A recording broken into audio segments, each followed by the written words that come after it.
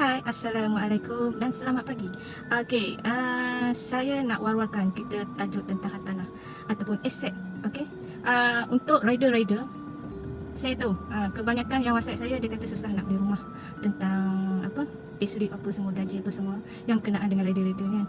Ya memang complicated sikit lah, susah sikit, tapi kita usaha dulu. Kita usaha dulu sampai berjaya. So ada satu ni rider lah, beliau pun macam tu juga, ada rasa was-was, tapi masalahnya dia dah ada rumah dah. Yang masalah dia dah ada rumah dan dia mohon satu lagi property untuk buat sewa. Okey, untuk buat sewa. Sekarang ni tengah submit dulu. Dan kita tunggulah dia punya approval daripada banker. So sesiapa rider-rider yang ada masalah tentang untuk beli rumah, cari saya sekarang. Cari mami. Klik link Wasabi. Kita cek semak kelaikan. Yang penting nama jangan blacklist. Jangan ada apa-apa yang masalah tu lah. Ada tunggakan apa-apa, selesaikan dulu. So benda ni mudah je. Yang penting clear. Clear sekali ni. So jangan lupa cari mami untuk beli rumah. Dan satu lagi, rumah mampu milik kedah.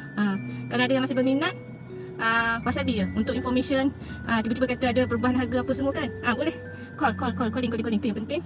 Memang ada perubahan harga, berkenaan dengan projek tu memang ada perubahan harga. So saya akan up to date lah benda tu, up to date. So siapa nak beli rumah dan kerja, okey, tak ada masalah, kita akan buat sampai selesai. Okey, Assalamualaikum dan terima kasih kepada mereka yang sentiasa menyokong saya. Okey, terima kasih banyak-banyak.